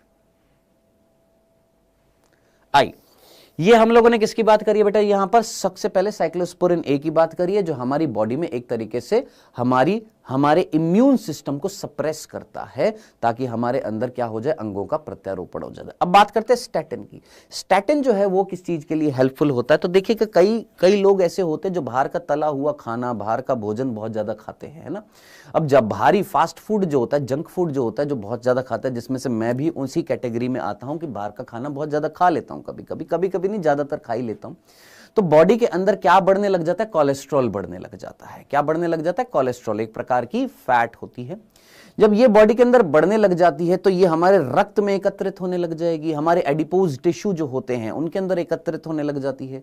अब जरा इमेजिन कर, हमारे ब्लड में अगर कोलेस्ट्रॉल एकत्रित होने लग जाए तो हमारे ब्लड का फ्लो धीरे धीरे कम हो जाएगा। हाँ सर। हमारी बॉडी की सेल्स के पास ब्लड धीरे धीरे पहुंचेगा। हाँ सर। तो इस कंडीशन में हमें क्या करना चाहिए? हमारे ब्लड में जो कोलेस्ट्रॉल है उस कोलेस्ट्रॉल के लेवल को कम करना है। अब ब्लड में कोलेस्ट्रॉल के लेवल को कम करने का काम कौन करती है? स्टैटिन करती है। तो सीधा सीधा हमारी एनसीईआरटी में लिखा हुआ है कि ये जो स्टैटिन जो होती है ब्लड में कोलेस्ट्रॉल की मात्रा को कम कर देती है। अब ये नहीं बताया कैसे कर देती है। ये तो बता दिया कि ब्लड में कोलेस्ट्रॉल की मात्रा को ये जो स्टैटिन जो होती है ये इस तरीके से मेडिसिन, ये टैबलेट्स के रूप में मिलती है। स्टैटिन्स की आप ये टैबलेट्स देख रहे हैं, गोलियां देख रहे हैं, ये स्टैटिन की गोलियां जो होती है मार्केट में उपलब्ध होती हैं। ऐसे बिना परामर्श के मत ले लेना। अगर आप कहीं सोच रहे हो कि हमारे अंदर कोलेस्ट्रॉल ज्यादा है तो ले लें, बिना डॉक्टर के परामर्श के कोई दवाई मत लिया करो, ठीक है। तो ये जो स्टैटिन जो होती है ब्लड में कोलेस्ट्रॉल की मात्रा को क्या करती है? कम करती है। अब ये नहीं बताया हमारी एनसीईआरटी में कैसे करती है, तो ध्यान से सुनिएगा। अगर आपने जैव अणु चैप्टर सुना है या जैव अणु पढ़ा है जिसमें आपने एंजाइम पढ़ा है, अगर पढ़ा है एंजाइम तो चीज समझ में आएगी, नहीं पढ़ा है तो कतई समझ में नहीं आएगी। एंजाइम जब पढ़ते हैं तो वहां पर एक टॉपिक आता है जिसका नाम होता है कॉम्पिटिटिव इनहिबिटर, जिसको हम बोलते हैं प्रतिस्पर्धात्मक संदमन। यहां पर क्या होता है, जो अभिकारक जो होता है और जो एंजाइम जो होता है ना, एक होता है एंजाइम और एक होता है अभिकारक। अब ये अभिकारक और उसी के जैसा एक और उत्पाद, दोनों एक दूसरे के हूबहू एक जैसे हैं, है ना। अब अभिकारक और उसके जैसा दिखने वाला उत्पाद आपस में क्या करते हैं? प्रतिस्पर्धा करते हैं, कंपटीशन करते हैं कि कौन पहले एंजाइम से जाकर जुड़ेगा। अब जिसको हमें, जिस एंजाइम को, जिस अभिकारक को तोड़ना है ना, जिसको तोड़ना है, अगर वो पीछे रह जाए और जो उसके जैसा दिखने वाला पदार्थ है वो एंजाइम से जाकर जुड़ जाए तो सीधी सी बात है उत्पाद नहीं बनेगा। हमें तो अभिकारक से उत्पाद बनाना था। हमें तो अभिकारक से क्या बनाना है, उत्पाद बनाना है। हमारे अंदर जो फैट जो हमारे अंदर खा रहे हैं, हम जो फैट खा रहे हैं वो आगे जाकर किस में बदलती है, कोलेस्ट्रॉल में बदलती है। करने का काम कौन करते हैं, एंजाइम करते हैं। हमें तो इस कोलेस्ट्रॉल के लेवल को कम करना है। अब कोलेस्ट्रॉल के लेवल को हम कैसे कम करेंगे, अब हमने क्या किया, हमने स्टैटिन जो है वो डाला। अब ये स्टैटिन क्या करता है, ये कुल मिलाकर उस एंजाइम से जाकर जुड़ जाएगा, फैट को जुड़ने नहीं देगा। जब एंजाइम फैट को नहीं तोड़ पाएगा कोलेस्ट्रॉल में, तो सीधी सी बात है कोलेस्ट्रॉल का लेवल क्या हो जाएगा, कम हो जाएगा। तो एक तरीके से स्टैटिन कंपीट कर रहा है, कॉम्पिटिटिव इनहिबिटर की तरह कार्य करता है। तो इस प्रक्रिया को हम बोलते हैं प्रतिस्पर्धात्मक संदमन बोला जाता है, जिससे कोलेस्ट्रॉल का लेवल शरीर में क्या होता है, कम होता है। तो ये चीज अगर याद हो जाए तो ठीक है, नहीं याद हो तो सिंपल सी बात है, अकॉर्डिंग टू नीट याद रखिएगा, स्टैटिन का काम क्या होता है, ब्लड में कोलेस्ट्रॉल के लेवल को कम करना, याद रखिएगा। हाँ जी, चलें गुप्ता जी आगे बढ़ते हैं। ये हमारा था औद्योगिक स्तर पर। कौन से स्तर पर, औद्योगिक स्तर पर हमने क्या देखा था, उत्पाद देखे थे। सबसे पहले हमने घरेलू स्तर पर देखे थे 5 उत्पाद, याद आ रहे, घरेलू स्तर पर 5 उत्पाद क्या देखे थे, दही देखा था। फिर उसके बाद हम लोगों ने इडली डोसा इसकी बात करी थी। सबसे पहले हमने किसकी बात करी थी, दही देखी थी, ब्रेड देखी थी, इडली डोसा, टॉडी चीज, ये 5 चीजें देखी थी घरेलू स्तर पर, सारी चीजें याद रखनी है। फिर उसके बाद हम लोगों ने यहां पर औद्योगिक स्तर पर 5 चीजें देखी, अल्कोहल देखा, एंटीबायोटिक्स देखी, कार्बनिक अम्ल देखे, एंजाइम देखे और जैव सक्रिय अणुओं की बात करी। ये 5 चीजें औद्योगिक स्तर पर, वो 5 चीजें घरेलू स्तर पर। अगर तूने ये ढंग से पढ़ लिया, तेरे कहीं पर भी मार्क्स नहीं कटेंगे अगर ध्यान से सुन रहा है।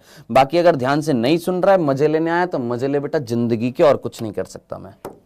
अब बात करते हैं वाहितमल उपचार में सूक्ष्म जीव। अब हम क्या करने वाले हैं, हम सूक्ष्म जीव का उपयोग करने वाले हैं किसमें, वाहितमल के उपचार में। सर ये वाहितमल क्या होता है, सबसे पहले वाहितमल को हम अंग्रेजी में बोलते हैं सीवेज, ये चीज याद रखनी है। ये जो वाहितमल जो होता है, इसको वाहितमल को हम इंग्लिश में क्या बोलते हैं, सीवेज बोलते हैं। सर क्या होता है ये सीवेज, मैंने तेरे से बोला मुझे बता, तेरे घर पर पानी वेस्ट मटेरियल के रूप में निकल जाता है। तूने हाथ धोया, पानी निकल गया, है ना। वॉशरूम में गया, वहां पर पानी को यूज कर रहा है, नहा रहा है, पानी जा रहा है। तो वो जो पानी जो वेस्ट निकल रहा है, पानी एज ए वेस्ट मटेरियल निकल रहा है। हाँ सर। अब उस पानी के साथ साथ तेरे घर से और क्या निकल रहा है, सर हमारे घर से ठोस कचरा भी निकल रहा है, जिसमें हो सकता है हमारे पॉलिथीन हो सकता है कागज हो, कांच निकल जाए, थोड़ी बहुत जब हम झाड़ू लगाते तो मिट्टी भी होती है, वो मिट्टी भी निकल जाए, खाली बोतल है, प्लास्टिक की बोतल है, हम जो घर पर सब्जी लाते हैं, फल फ्रूट लाते हैं, उनके छिलके हैं, ये सारा हमारा ठोस पदार्थ है। हाँ सर। और साथ ही साथ हमारा मल मूत्र, जो हम मल त्याग रहे हैं, जो हम मूत्र त्याग रहे हैं, वो भी, ये सारी की सारी चीजें जब पानी में मिक्स हो जाती है तो ऐसा गंदला पानी, ऐसा गंदा पानी, सॉरी गंदला नहीं, ऐसा गंदा पानी जो होएगा, जो हमारे घर से निकल रहा है, हमारे एरिया से निकल रहा है, जो म्युनिसिपल एरिया में जाता है, जिसको हम क्या बोलते हैं, वाहित मल बोलते हैं। अब वो म्युनिसिपल में जब जाएगा तो वहां से उस वाहित मल को एकत्रित करने के बाद हम उसको किस में डाल देते हैं, जल स्रोतों में डाल देते हैं, है ना। आप लोगों ने देखा होगा, या तो आपके गांव में आसपास पोखर होएगा, उसमें डाल देते हैं, नदियों में डाल देते हैं, तालाबों में डाल देते हैं ऐसे गंदे पानी को। अब जरा सोच, ये जो गंदा पानी है, इस गंदे पानी के अंदर क्या क्या चीजें हैं। सर इस गंदे पानी के अंदर सूक्ष्म जीव होंगे, हाँ जी।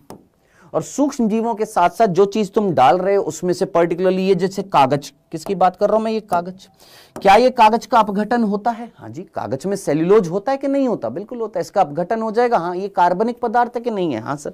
जो छिलके जो होते हैं, जैसे सब्जियों के, फल फ्रूट के जो छिलके होते हैं, इसमें भी तो कार्बनिक पदार्थ है, हाँ जी। जो मल मूत्र है, इसमें भी कार्बनिक पदार्थ है। अरे भैया जो मल जो हमने त्यागा है, उस मल के अंदर क्या था, सर सेल्यूलोज था। अरे भैया तुमने जो चीज खाई है वो पादप जनित है या नहीं है।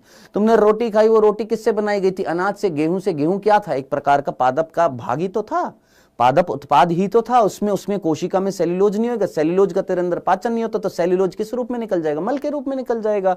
तो मेरे भाई मल मूत्र इनमें क्या है, कार्बनिक पदार्थ है। कागज में क्या है, कार्बनिक पदार्थ है। छिलके में क्या है, कार्बनिक पदार्थ है। ये सारा क्या है, कार्बनिक पदार्थ है। दोस्त कार्बनिक पदार्थ क्या है, एक प्रकार का खाद्य पदार्थ है।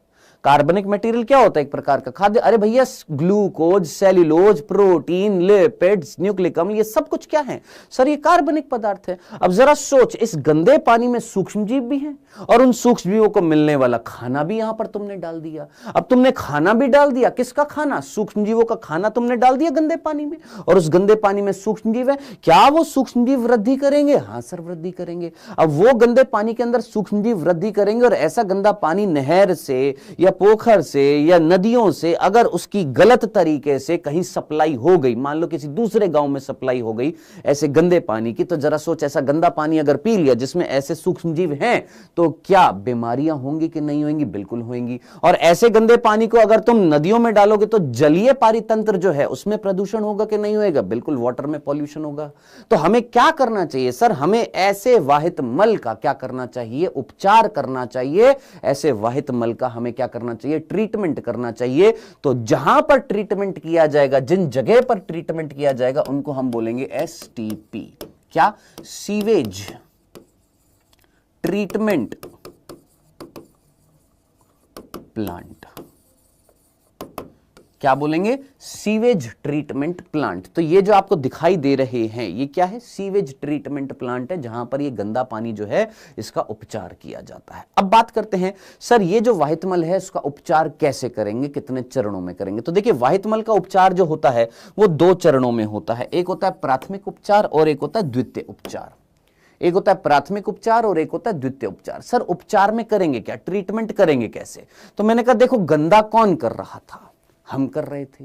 और गंदा करने के लिए हम क्या डाल रहे थे? खाना डाल रहे थे।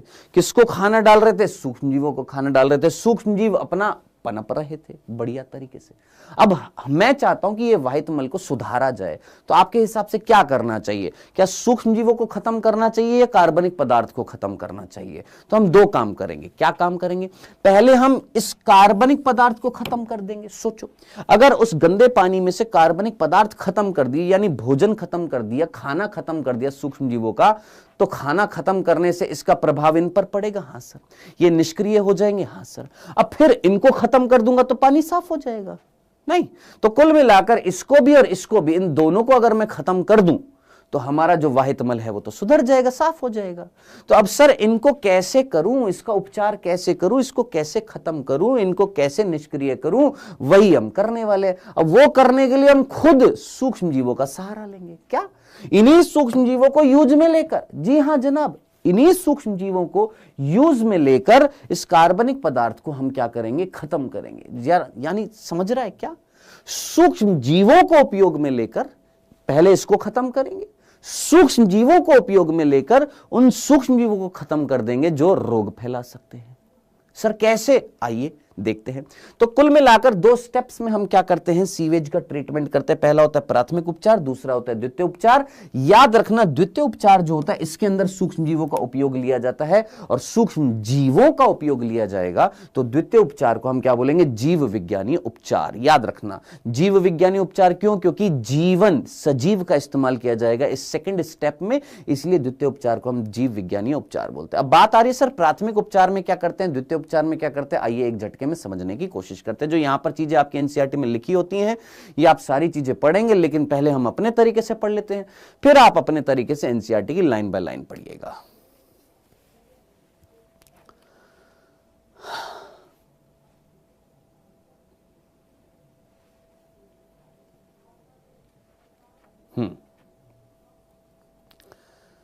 मेरे भाई ग्रेवयार्ड दोस्त, देख ध्यान से सुन। हर साल, हर बार, हर चीजें चेंज होती है।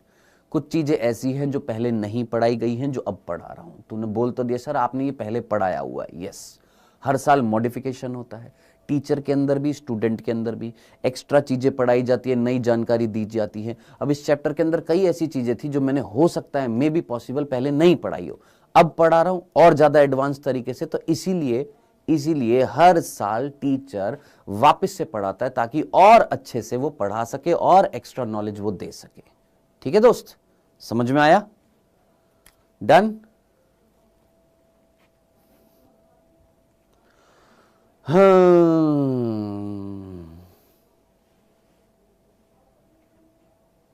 ठीक है जी, चलें आगे बढ़ते हैं। सर अगर मानव स्वास्थ्य और रोग चैप्टर पढ़ाओगे तो newly added portion dengue, chikungunya, tobacco abuse, ठीक है जी पढ़ा दूंगा। आइए देखिए, वाहितमल उपचार की हम बात कर रहे हैं, तो वाहितमल उपचार जो होता है इसमें हम क्या करने वाले हैं सर? इस वाहितमल उपचार में हमारे दो चरण हैं, सबसे पहले प्राथमिक उपचार, फिर है द्वितीय उपचार। सबसे पहले किसकी बात करेंगे? सॉरी, सबसे पहले किसकी बात करेंगे? प्राथमिक उपचार की बात करेंगे, प्राइमरी ट्रीटमेंट की बात करेंगे। देखिए, प्राथमिक उपचार जो होता है उसके दो चरण होते हैं। एक होता है, सबसे पहला होता है निस्यंदन, दूसरा होता है अवसादन। निस्यंदन का मतलब होता है छानना, और अवसादन का मतलब होता है या सेटलमेंट का मतलब होता है नीचे बैठ जाना। ठीक है जी। तो अब देखिएगा, यहां पर हम दो चीजें करने वाले हैं। सबसे पहले हम क्या करेंगे बेटा, प्राथमिक चरण के अंदर या प्राथमिक उपचार के अंदर हम वाहितमल डालेंगे। वाहितमल जब डालेंगे तो इस टैंक के अंदर डालेंगे। इस टैंक के अंदर जब हम डाल रहे हैं तो ऊपर हमने लगा रखी है छलनी, जैसे चाय छानते हो तो छलनी होती है। अब यहां पर क्रमिक रूप से छलनियां होती है, एनसीईआरटी में लाइन है, याद रखना, क्रमिक छलनियां, क्रमिक रूप से छानते हैं। क्रमिक रूप से छानने का मतलब, पहले हम जो छलनी लगाते हैं उसके अंदर छेद बड़े होते हैं, फिर नीचे और छोटे और छोटे और छोटे। तो जो बड़ी बड़ी चीजें होती है वो ऊपर छन जाती हैं, और छोटी नीचे, और छोटी नीचे, छनती जाती छनती जाती छनती जाती है। यानी कुल मिलाकर ये जो गंदा पानी जो होएगा, इस गंदे पानी के अंदर जो भी चीज तैर रही है, जैसे पॉलिथीन तैर रही है, बॉटल तैर रही है ना, वो जो तैरने वाला कपड़ा तैर रहा है, इस तरीके से जो भी चीजें तैर रही हैं वो सारी की सारी तैरने वाली चीजें ऊपर छन जाएंगी। हाँ सर, अब नीचे क्या जाएगा सर? नीचे जाएगा गंदा पानी। उस गंदे पानी में कौन है? कार्बनिक पदार्थ है। उस गंदे पानी में कौन है? सूक्ष्म जीव। और साथ साथ उस गंदे पानी में थोड़ी बहुत बालू, थोड़ी बहुत मृदा के कंकड़, बजरी, पत्थर, है ना, छोटे छोटे छोटे छोटे, वो भी तो साथ में आ जाएंगे। हाँ सर, कंकड़, बजरी, पत्थर, मिट्टी, ये सब कुछ क्या है? एक प्रकार के मृदा के कण हैं। सॉइल के पार्टिकल्स अलग अलग साइज के होते हैं, जिनको हम पैबल्स बोल देते हैं, जिनको हम ग्रिट बोल देते हैं। ठीक है, तो ये अलग अलग आकार के क्या है बेटा जी? हमारी सॉइल के पार्टिकल्स है, जो साथ साथ इन छेदों से नीचे आ जाएंगे। ठीक है, तो हमने सबसे पहले क्या कर दिया सर? छान दिया। जो भी कचरा जो तैर रहा था, ठोस था, सबसे पहले हमने उसको छान दिया। अब छानने के बाद जो नीचे जो चीज बच गई है, अब इस नीचे वाली चीज को हम एक दूसरे टैंक में डालते हैं, और इस टैंक का नाम है प्राथमिक अवसादन टैंक। अब इस प्राथमिक अवसादन टैंक में हमने ये वाला मटेरियल जो था ना, ये वाला मटेरियल उठाकर हमने इस टैंक में डाल दिया, और इस टैंक में उस पानी को जोर जोर से घुमाया। जैसे आप अपने घर पर एक ग्लास लीजिए, उस ग्लास में मिट्टी डालिए, चम्मच से लाइए, थोड़ी देर बाद उसको सेटल डाउन होने जाइए। सेटल डाउन मतलब थोड़ी देर के लिए रुक जाइए, अपने आप जो भारी चीज है वो नीचे आ जाएगी, सेटल हो जाएगी। हाँ सर, नीचे सेटल हो जाएगी, बस वही चीज है।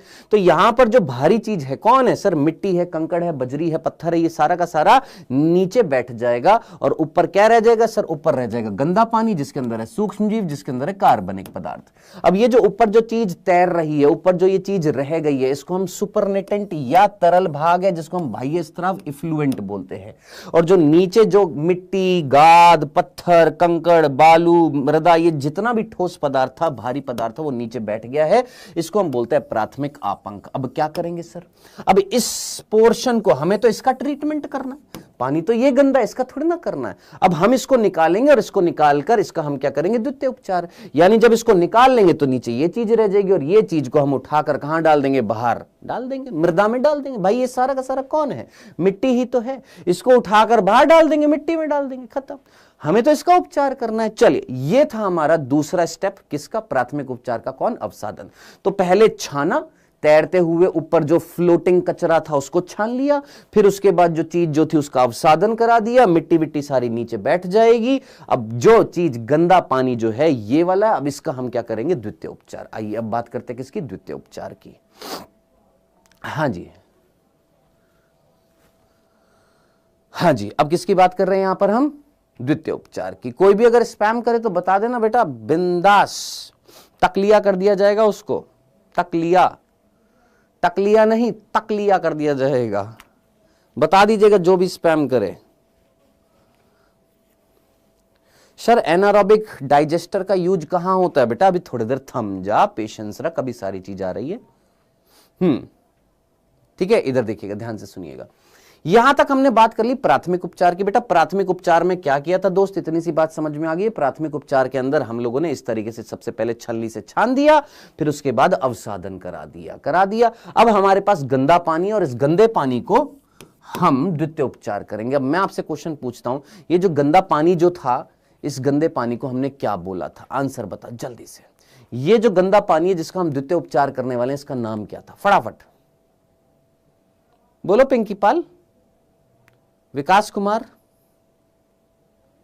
डॉक्टर लवर, जितने भी बच्चे हैं जरा जल्दी से मुझे बताइएगा, ये जो गंदा पानी था इसको हमने क्या बोला था?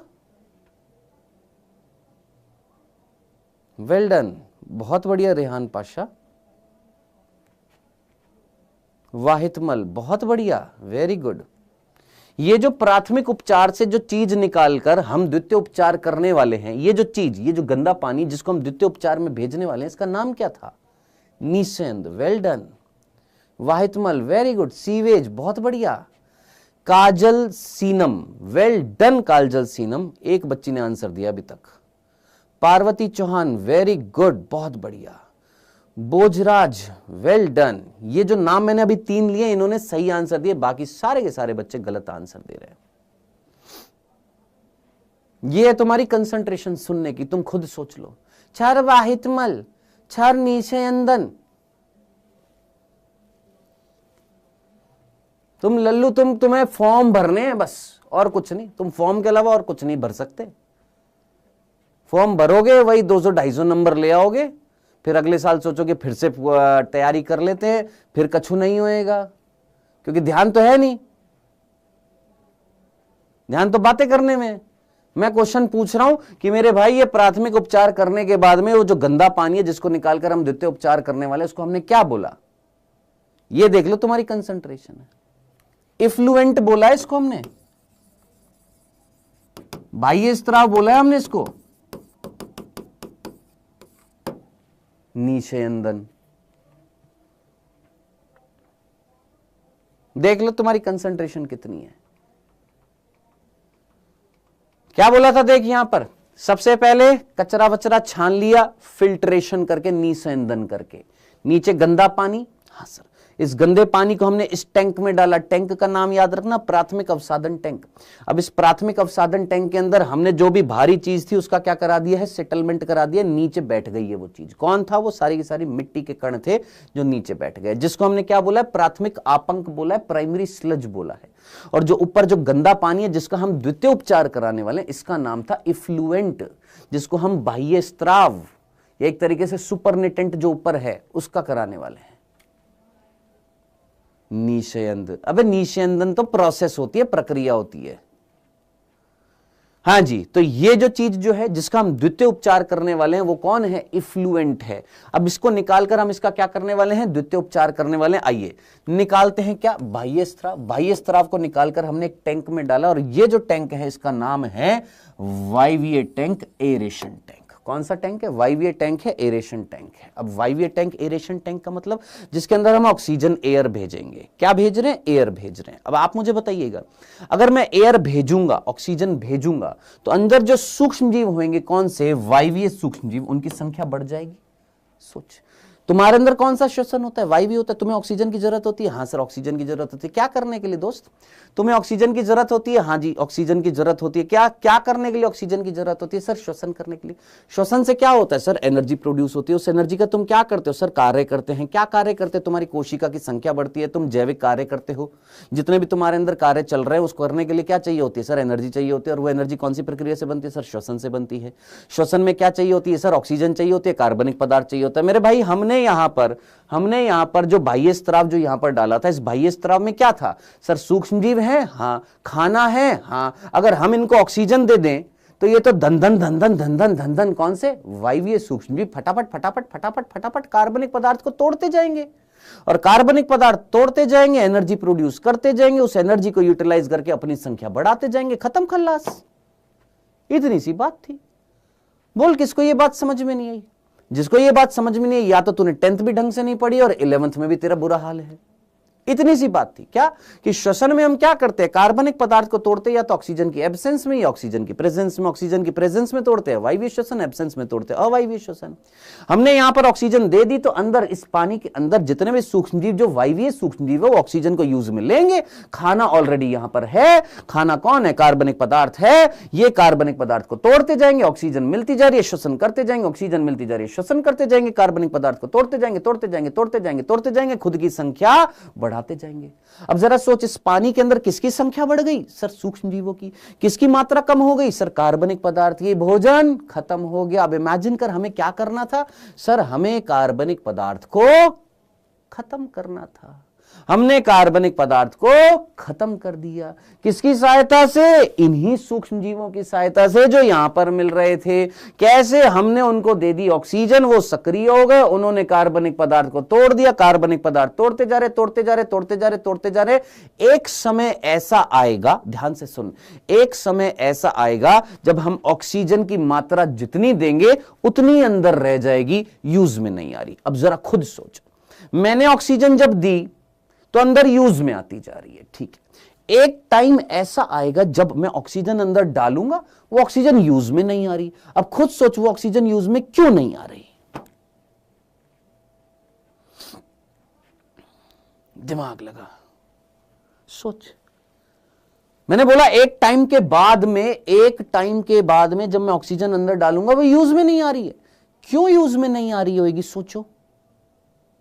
अरे ऑक्सीजन किस लिए यूज में आती है? कार्बनिक पदार्थ को तोड़ने के लिए। जब कार्बनिक पदार्थ ही नहीं बचा तो ऑक्सीजन यूज में नहीं आएगी। समझ में आया? Well done Shivani Shukla, very good, बहुत ही बढ़िया। वेल डन मिस्टर सुमो 2.0, बहुत ही बढ़िया। काजल सीनम, बहुत ही बढ़िया। मिस्टर विकास, बहुत ही बढ़िया। रानी गुप्ता, बहुत ही बढ़िया। प्रिंसी यादव, बहुत ही बढ़िया। आरू, वेरी गुड। सर आप पूरा दिन पढ़ाते हो? हाँ बेटा, अभी देखो, अभी क्लास है, फिर वापस क्लास है, फिर रात को वापस से क्लास है, रात को 10 बजे तक क्लास है। बस ये क्लास चलती रहती है। खाना खाओ, एनर्जी लो, पढ़ाओ, खाना खाओ, एनर्जी लो, पढ़ाओ, यही चलता रहता है। बोलो, क्या आपने यहां पर कार्बनिक पदार्थ को खत्म कर दिया? हाँ सर। कैसे पता लगेगा? जितनी ऑक्सीजन डालेंगे वो यूज में नहीं आ रही है। अब हम यहां पर इंस्ट्रूमेंट यूज में लेंगे ना, ऐसे यंत्र यूज में लेंगे जो डिटेक्ट करेंगे कि जितनी ऑक्सीजन डाली गई उतनी अंदर रह गई, यूज में नहीं आ रही। अगर यूज में नहीं आ रही इट मींस अंदर कार्बनिक पदार्थ खत्म हो गया। तो 1 लीटर जल के अंदर, दिमाग लगाना, 1 लीटर जल के अंदर जितना भी कार्बनिक पदार्थ था, उस कार्बनिक पदार्थ के पाचन में जितनी ऑक्सीजन यूज में आ रही थी, जो कौन यूज में ले रहा था? सूक्ष्म जीव यूज में ले रहे थे। उस ऑक्सीजन की कुल मात्रा को बोला जाता है ऑक्सीजन की डिमांड। और वो डिमांड कौन कर रहे थे? सूक्ष्म जीव कर रहे थे। इसी डिमांड को हम क्या बोलते हैं? Biochemical oxygen demand. और सीधे भाषा में मैंने बोला, 2 लोग हैं, 2 हैं, एक मैं हूं, एक मेरा दोस्त है। मेरे पास 1000 खिलौने हैं, मेरे दोस्त के पास एक भी खिलौना नहीं है, तो खिलौने की डिमांड कौन करेगा? मैं करूंगा कि मेरा दोस्त करेगा? अरे मेरे पास भरमार चीजें हैं, उसके पास कुछ नहीं है, तो किसको चीज चाहिए? जिसके पास नहीं है या जिसके पास संपूर्ण है? जिसके पास नहीं है उसी वही तो डिमांड करेगा। हमने बोला यहां पर बीओडी का मतलब क्या था? बायोकेमिकल ऑक्सीजन डिमांड का मतलब क्या था? वो डिमांड, वो मांग जो कौन कर रहे हैं? सर सूक्ष्म जीव कर रहे हैं।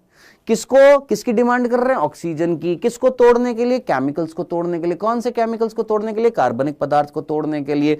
तो कार्बनिक पदार्थ के पाचन के लिए जो सूक्ष्म जीव ऑक्सीजन की डिमांड करते हैं, उस डिमांड को हम क्या बोलते हैं? बीओडी। अब जरा दिमाग लगा, मैंने बोला यहां पर जो सूक्ष्म जीव थे वो ज्यादा से ज्यादा ऑक्सीजन मांग रहे थे मेरे से ना सूक्ष्म जीव कह रहे थे, अंकल अंकल हमको ऑक्सीजन दे दो, अंकल अंकल हमको ऑक्सीजन दे दो। हम ऑक्सीजन देते जा रहे थे। अब जरा सोच, वो ऑक्सीजन क्यों मांग रहे हैं?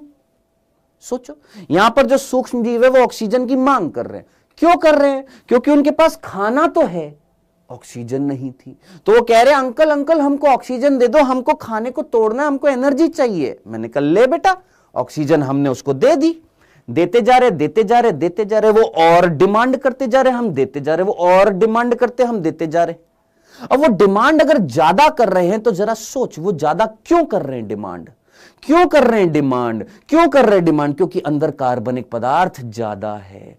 कार्बनिक पदार्थ ज्यादा है, भोजन ज्यादा है, तोड़ने के लिए ज्यादा ऑक्सीजन चाहिए, तो वो कह रहे हैं हमको और चाहिए, हमको और चाहिए। हमने कहा ले लो ले लो, हम देते जा रहे हैं, वो तोड़ते जा रहे हैं। एक समय के बाद वो बोलेंगे अंकल अंकल हमको ऑक्सीजन नहीं चाहिए, हमको बिल्कुल नहीं चाहिए। डिमांड नहीं कर रहे वो हमसे ऑक्सीजन की। क्यों नहीं कर रहे? क्योंकि अंदर कार्बनिक पदार्थ खत्म हो चुके हैं। तो ये रिलेशनशिप याद रख लेना मेरे भाई कि अगर डिमांड बढ़ रही है इट मींस अंदर कार्बनिक पदार्थ ज्यादा है। अगर कार्बनिक पदार्थ ज्यादा है तो जल प्रदूषित है।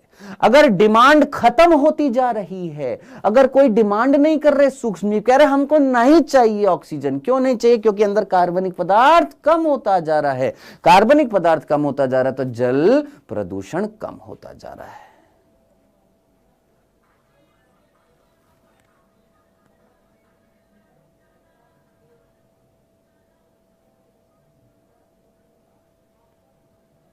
आहू आहू आहू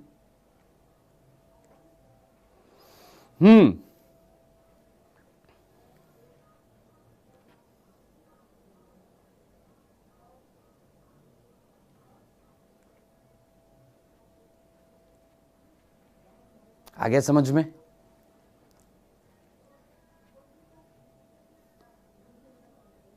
क्लियर है ये वाली चीज? चलो जी, बहुत बढ़िया। तो ये था हमारा क्या, बीओडी का कंसेप्ट। इस तरीके से हमने इस गंदे पानी के अंदर क्या खत्म कर दिया, कार्बनिक पदार्थ खत्म कर दिया। अब आप मुझे बताइए सर कार्बनिक पदार्थ तो खत्म हो गया, आपने बोला कि सर आपको कैसे पता लगा? मैंने बोला जितनी ऑक्सीजन भेजी उतनी के अंदर है, यूज में नहीं आ रही है। कैसे पता लगाएंगे? इंस्ट्रूमेंट डाल के पता लगाएंगे, ऑक्सीमीटर डाल के पता लगा लेंगे कि जो ऑक्सीजन जो है वो यूटिलाइज नहीं हो रही है, जितनी डाली उतनी रह गई है। इट मींस अंदर कार्बनिक पदार्थ नहीं है, सारे के सारे तोड़ दिए गए। कार्बनिक पदार्थ किसने तोड़ दिया? सर सूक्ष्म जीवों ने तोड़ दिया। अब जरा सोचिए, ये चीज तो समझ में आ गई, लेकिन इस चीज के साथ जरा सोचिए, क्या पानी साफ हो गया? अरे दिमाग लगा बांगड़ू, क्या ये पानी साफ हो गया या इस पानी के अंदर अभी सूक्ष्म जीवों की मात्रा बढ़ चुकी है? सोचो सोचो सोचो। दिमाग लगाओ, क्या ये पानी साफ हो गया या इस पानी के अंदर सूक्ष्मजीव बढ़ गए? देख कार्बनिक पदार्थ तो खत्म हो गया, चलो भोजन तो हमने निपटा दिया है ना। अब मुझे बताओ क्या इसके अंदर सूक्ष्मजीवों की मात्रा बढ़ गई है? हाँ सर। सर कौन से सूक्ष्मजीव? बेटा यहां पर जो सूक्ष्मजीव जो होते हैं बेसिकली वो कौन होते हैं? जीवाणु होते हैं और कवक के धागे होते हैं, उनके फिलामेंट होते हैं।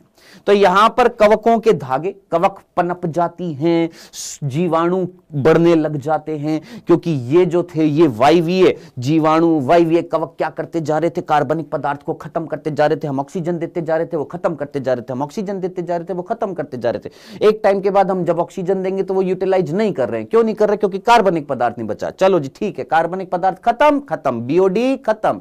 बीओडी यानी डिमांड नहीं है, डिमांड नहीं है, कार्बनिक पदार्थ नहीं है, तो इस पानी के अंदर कौन बढ़ चुके हैं? सर सूक्ष्मजीव बढ़ चुके हैं। अब ये जो सूक्ष्मजीव जो इस पानी के अंदर तैर रहे हैं, इस पानी के अंदर भरे पड़े हैं, इन सारे सूक्ष्मजीवों को मिलाकर क्या बोला जाता है? ऊर्णक। क्या ये जो इसके अंदर ये जो सूक्ष्मजीव भर चुके हैं, कौन? जीवाणु, कवक, कौन से? वायवीय। इन सारे सूक्ष्मजीवों को हमने क्या बोला है? ऊर्णक बोला है, जो इस पानी के अंदर तैर रहे हैं। अब क्या करें सर? अब उठाकर इस पानी को अब अगले टैंक में डाला जाएगा। अब जो अगला जो टैंक जो है उस टैंक का नाम है द्वितीय अवसादन टैंक। क्यों सर? पहले वाला प्राथमिक अवसादन, क्योंकि प्राथमिक उपचार में अवसादन कराया था। अब कौन सा उपचार चल रहा है? द्वितीय उपचार। तो यहां पर जब अवसादन कराएंगे तो वो वहां पर जो टैंक का नाम होगा वो क्या होगा?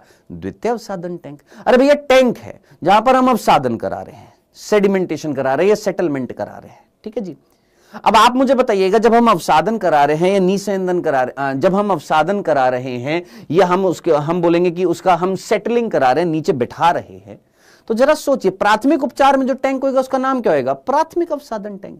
द्वितीय उपचार में जो टैंक यूज में होगा द्वितीय अवसादन टैंक। सीधी सी बात। अब यहां पर क्या किया सर? ये जो गंदा पानी था अभी साफ थोड़ा ना हुआ, ये जो गंदा पानी था जिसमें कार्बनिक पदार्थ तो खत्म हो गए लेकिन सूक्ष्म जीवों की मात्रा बढ़ चुकी है। अब इस पानी को उठाकर हम डालेंगे इस टैंक में, और इस टैंक में जब हम डालेंगे तो जितना भी मेरे दोस्त ध्यान से सुन, जितना भी भारी पदार्थ है उसको नीचे बैठाएंगे। भारी पदार्थ कौन होएगा? सूक्ष्म जीव। भाई सूक्ष्म जीव एक प्रकार से पानी और सूक्ष्म जीवों की अगर तुलना करें तो सूक्ष्म जीव जो सॉलिड है, जीव है, वो नीचे बैठ जाएंगे यार। अब जितना भी सूक्ष्म जीव होएगा वो नीचे बैठ जाएगा और ऊपर ऊपर कौन रह जाएगा? सर ये साफ पानी हो जाएगा। क्या इस साफ पानी को पिएंगे बेटा? नहीं, साफ पानी को पिएंगे नहीं। साफ पानी को कहां डाल देंगे? जल स्रोतों में डाल देंगे। किस में डाल देंगे? जल स्रोत में डाल देंगे, नदियों में डाल देंगे। अब इसमें आपके सूक्ष्म जीव भी नहीं है और इसमें आपका कार्बनिक पदार्थ भी नहीं है। चलो अब ये पानी साफ हो गया, अब इसको हम जल स्रोत में डाल दे। चलो जी, हमने पानी का ट्रीटमेंट कर दिया, हमने वाहितमल का उपचार कर दिया। लेकिन हमारे पास एक और चीज बच गई। क्या? ये जो नीचे जो सूक्ष्म जीव जो बैठे हुए हैं, जरा दिमाग लगाइए, जो नीचे सूक्ष्म जीव जो बैठ गए हैं ये वायवीय थे ना? हाँ सर, ये जो नीचे वायवीय सूक्ष्म जीव थे जिनको हमने ऊर्णक बोला था, जिनका अवसादन हमने करा दिया, इनको क्या बोला जाता है? याद रखना, नीट में बहुत फेमसली क्वेश्चन पूछे जाते हैं। इसको बोला जाता है सक्रिय आपंक। वर्ड मत भूलना। ये जो ऊर्णक नीचे बैठ जाते हैं, ये जितने भी सूक्ष्म जीव थे, कवक थे, जीवाणु थे, ये सारे के सारे नीचे बैठ जाते हैं। इनको हम बोलते हैं सक्रिय आपंक, एक्टिवेटेड स्लज बोला जाता है। डन? क्लियर है? अब सर इस एक्टिवेटेड स्लज का क्या करेंगे? अब दो चीजें हैं, ध्यान से सुनना। आप लोगों ने घर पर दही जमाई है? हाँ सर दही जमाई है। कैसे दही जमाते हो? सर हमारे घर पर दूध होता है और हम पड़ोसी से थोड़ा सा क्या लेकर आते? जामुन लेकर आते। वो जो थोड़ा सा तुम लेकर आ रहे थे उसको आपने क्या बोला था? निवेश द्रव्य बोला था, इनोक्यूलम बोला था ना? अब जरा ध्यान से सुन, हम क्या करते हैं, इन थोड़ी सी मात्रा इसकी ले लेते हैं। ये थोड़ी सी मात्रा हमने किसकी ले ली? सक्रिय आपंक की ले ली। और सक्रिय आपंक की लेने के बाद जब वापस से ये फिर से स्टेप दोहराई जाएगी, फिर से वापस से वाहितमल डाला जाएगा उन टैंक में। वाहितमल का प्राथमिक उपचार होएगा जिसमें प्राथमिक आपंक बनेगा, बाह्य स्राव इफ्लुएंट बनेगा। फिर इफ्लुएंट को हम वायवीय टैंक में डालेंगे तो उस वायवीय टैंक में हम थोड़ा सा यहां से निकालकर वायवीय टैंक में ये क्या डाल देते हैं? वो सूक्ष्म जीव डाल देते हैं। अब जैसे वायवीय टैंक में डालेंगे इन सूक्ष्म जीवों को, ये तो धड़ फटाफट काम करेंगे। बस वैसे ही कि थोड़ा सा तुम क्या लेकर आए थे? दही लेकर आए थे और उसने क्या बना दी थी? दूध को दही में बदल दिया था। उसी प्रकार थोड़ा सा आपने यहां पर सक्रिय आपंक उठाकर यहां पर डाल दिया। अगले स्टेप में वापस से जब ये स्टेप दोहराई जाएगी फिर से, और जब वाहितमल आएगा इसको जब आप वायवीय टैंक में डालोगे, यहां से ऑक्सीजन दोगे, ये फटाफट अपनी संख्या बढ़ा लेंगे। तो इस तरीके से हम थोड़ा सा दही का टुकड़ा लेकर वापस से दूध में डालेंगे, फिर दही बन जाएगी। ये वाली बात है। तो ये क्या कहलाएगा? निवेश द्रव्य कहलाता है। इसको हम क्या बोलते हैं? इनोक्यूलम की तरह थोड़ा सा पार्ट यूज में ले लेते हैं। सर जो बच गया अब उसका क्या करेंगे? अब जो बच गया है उसको हम कहां डालेंगे? देख अगले स्टेप में कहां डाल रहे हैं। अब ये जो सक्रिय आपंक जो आपके पास बच गया है इसका क्या करें? सर ये जो जीवाणु, ये जो कवक है, इसका हम क्या करें? अब इनको हम डालते हैं, इस सक्रिय आपंक को हम डालते हैं किसमें? एक टैंक में। और उस टैंक का नाम है अवायवीय आपंक संपाचित्र, जिसको हम एनारोबिक स्लज डाइजेस्टर बोलते हैं। सर यहां पर क्या होता है मेरे भाई? जरा सोच, ये जो एनवायरमेंट जो है इस टैंक के अंदर कैसा है? कोई एयर नहीं जा रही है। ढक्कन वक्कन सब बंद कर दिया, धागे सब खोल दिया, मतलब सारा का सारा ढक्कन बंद कर दिया इस टैंक का। अंदर कोई एयर नहीं है, कोई ऑक्सीजन नहीं है। अब आप मुझे बताइए, यहां पर जो सक्रिय आपंक डाला जा रहा था वो सक्रिय आपंक कौन थे? सोचिए, जो सक्रिय आपंक थे ये कौन थे? ये सक्रिय आपंक वो सूक्ष्म जीव थे ना जो वायवीय श्वसन कर रहे थे, है ना? हमने इनको नीचे बैठा दिया था ना? हाँ सर। अब जरा सोचिए, जो सक्रिय आपंक है हम इसको एक ऐसी जगह डाल रहे हैं जहां पर ऑक्सीजन नहीं है, तो सोचिए मर नहीं जाएंगे? ये मर जाएंगे ना अंदर।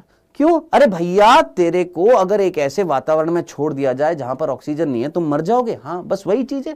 ये जो सक्रिय आपंक है इसको हम जब एनारोबिक एनवायरनमेंट में डालते हैं, अवायवीय वातावरण में जब हम डालते हैं किसको? इस आपंक को, इस सक्रिय आपंक को। ये जो सक्रिय आपंक जो है, एक्टिवेटेड स्लज जो है, जब आप इसको एनारोबिक एनवायरनमेंट में डालते हो, इन आपंक को जब आप अवायवीय वातावरण में डालते हो, तो ये मर जाएंगे। हाँ सर मर जाएंगे। मर जाएंगे ना? हाँ सर मर जाएंगे। अब जरा सोच, जब ये मर जाएंगे तो इनका अपघटन नहीं होगा?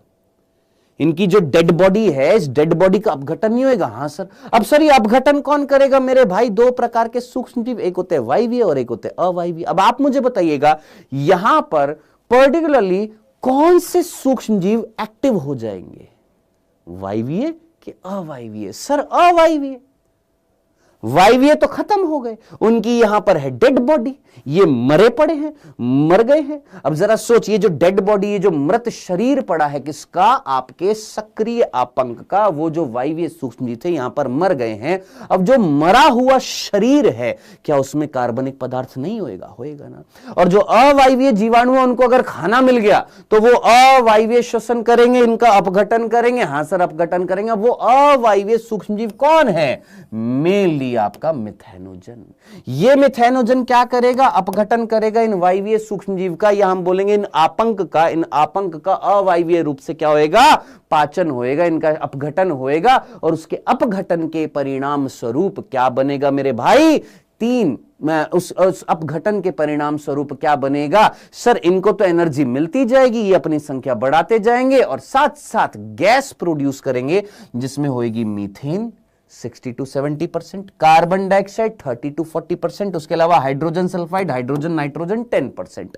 ये गैसेस जो होती है, इनको हम क्या बोलते हैं? प्राकृतिक गैस, नेचुरल गैस, बायोगैस, ये नाम देते हैं। इस बायोगैस को हम ईंधन की तरह यूज में लेंगे, यानी एक ही तीर से दो निशाने कर दिए। क्या?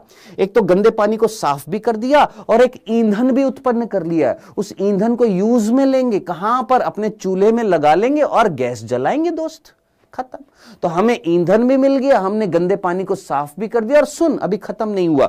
अब जब इसका अपघटन हो जाएगा तो नीचे जो पेस्ट के रूप में जो चीज रह जाएगी, जो बच जाएगी, वो जो चीज जो होएगी उसको हम खाद की तरह यूज में लेंगे। किसकी तरह यूज में लेंगे?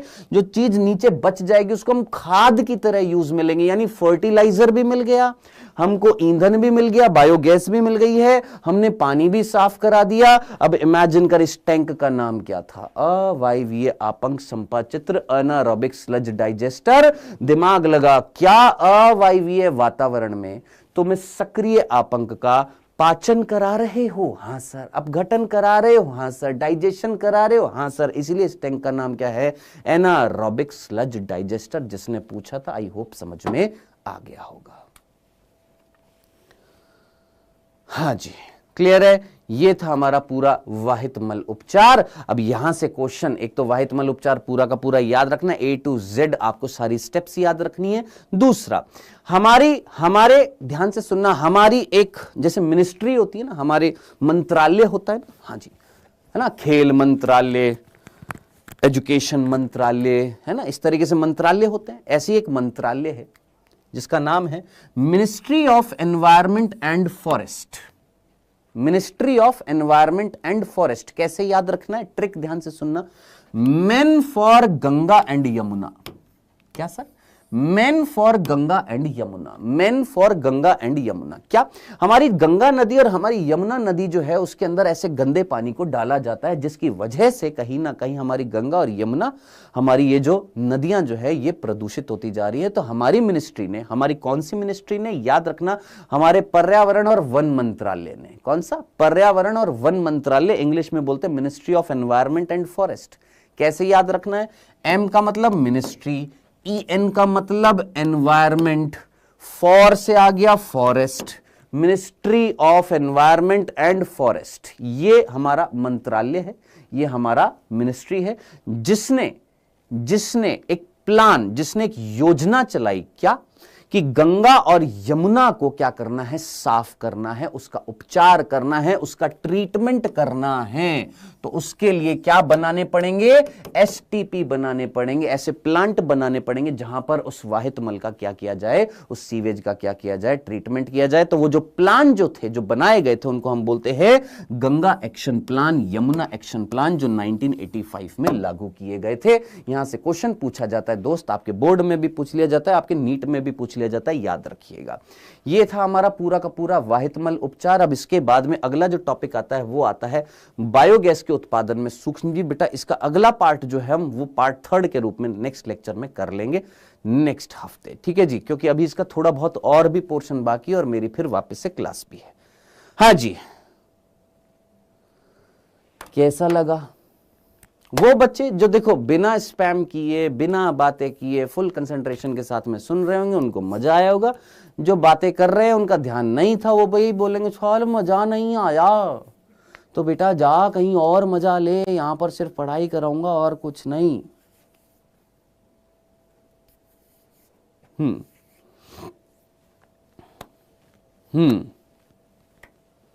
सर बीएमएस की बात छोड़ो, एमबीबीएस वाला फील आ रहा है। आए हाय गजब। चलो बहुत बढ़िया। ओके बालक बालिकाओं, जाने से पहले अरे अरे भाग रहा है, अरे लाइक कौन करेगा, अरे भाग कहां रहा है, अरे अरे अरे अरे रुक रुक, डट जा डट जा डट जा, अरे like like like like like, अरे भैया गुरु दक्षिणा देकर जाओ, लाइक दबा कर जाओ रे, ऐसे थोड़ा ना जान देंगे तुमको। टन टन टन। चलो जी, आज के लिए इतना ही था दोस्त, मिलेंगे नेक्स्ट लेक्चर में और इस चैप्टर को पूरा कंप्लीट करके इसके क्वेश्चंस की भी प्रैक्टिस देख लेंगे। ठीक है, ओके। सर 4 टैंक लेंगे? यस बेटा, प्राथमिक अवसाधन टैंक, वायवीय टैंक, द्वितीय अवसाधन टैंक और अवायवीय आपंक संपाचित्र, ये 4 टैंक ले रहे थे। Bye bye, take care, good bye.